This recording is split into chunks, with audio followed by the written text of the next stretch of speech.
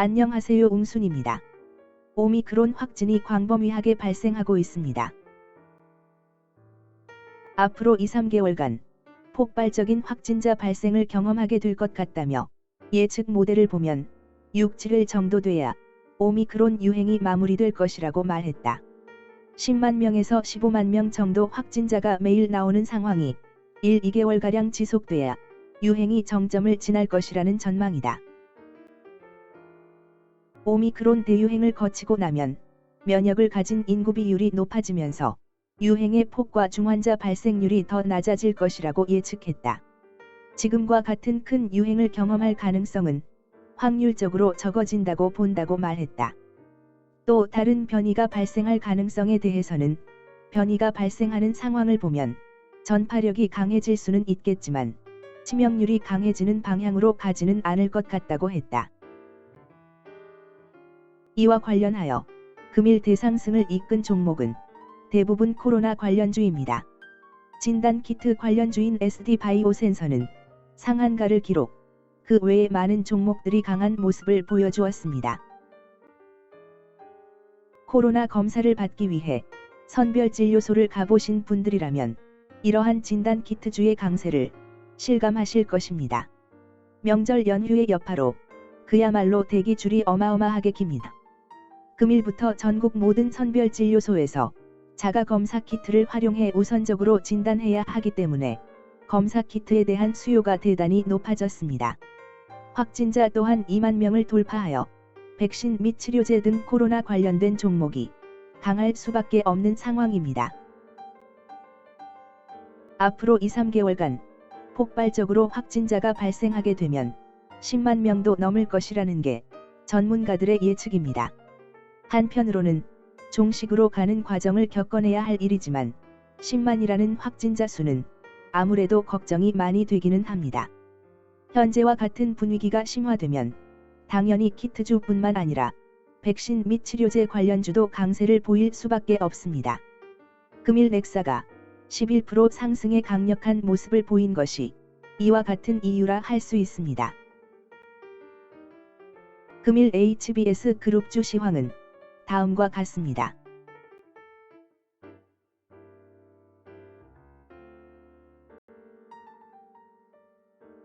지수 하락이 회복되는 단계라 그룹주 모두 반등하였습니다만 종목에 따라 격차는 조금 있습니다. 제가 여러 번 말씀드린 부분이라 부연 설명은 생략하겠습니다.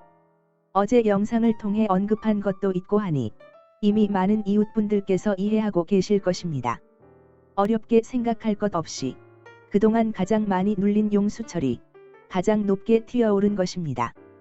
백신 및 치료제 테마로 볼 때도 넥사가 가장 큰 연관성을 가지고 있기 때문에 직접적인 수혜를 보고 있습니다.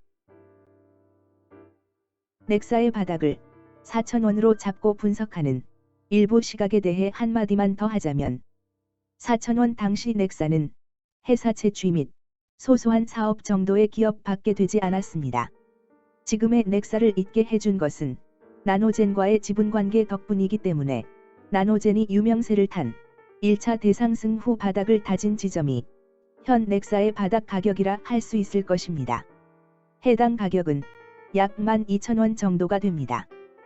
호난의 매도 이후 바닥을 다진 가격이기 때문에 최소 12,000원을 바닥으로 보는 것이 적당합니다.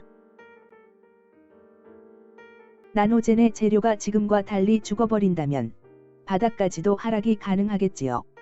더 심하게는 나노젠의 지분을 모두 잃어버린다면 다시 4,000원대로 돌아갈 가능성도 생깁니다. 하지만 이와 반대로 나노젠의 지분이 더 늘어나거나 나노젠이 가진 재료가 큰 성과를 보인다면 넥사의 천장 또한 높아지게 될 것입니다. LB그룹주는 그간 너무도 많은 파이프라인을 확장하였기 때문에 어떤 재료의 호재가 어느 시기에 터지게 될지 예측하기 어렵습니다. 따라서 공시나 전환사채 등으로 기업이 어떤 의도를 가지고 이를 처리하고 있는지를 예상해 보아야 합니다. 최근 진 회장이 작업한 일들의 규모로 봤을 때 백신 관련 사업을 그냥 접을 것으로 보이지는 않습니다. 베트남 보건부가 약 4개월이라는 긴 시간을 굴 먹은 벙어리 마냥 무소식으로 일관하였지만 이제 더 이상은 시간을 허투루 보내기 어려운 상황이 되었습니다. 오미크론의 전 세계적인 확산세와 조심스레 종식을 예측하는 일부 전문가들의 의견을 고려하면 나노코박스는 앞으로 한두 달 내에는 출시가 되어야 합니다.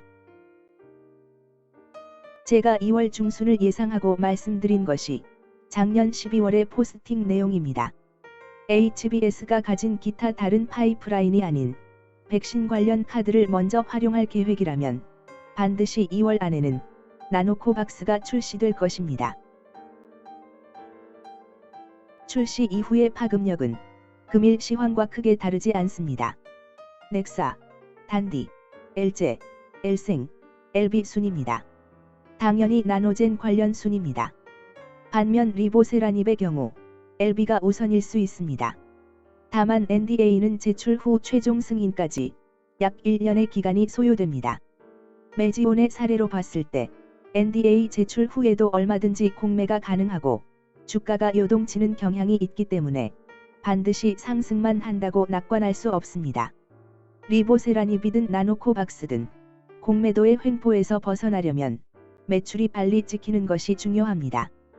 바이오 종목이 허상에서 실체로 전환되는 계기는 무엇보다도 확실한 매출이 최우선이기 때문입니다. 시청해주셔서 감사합니다.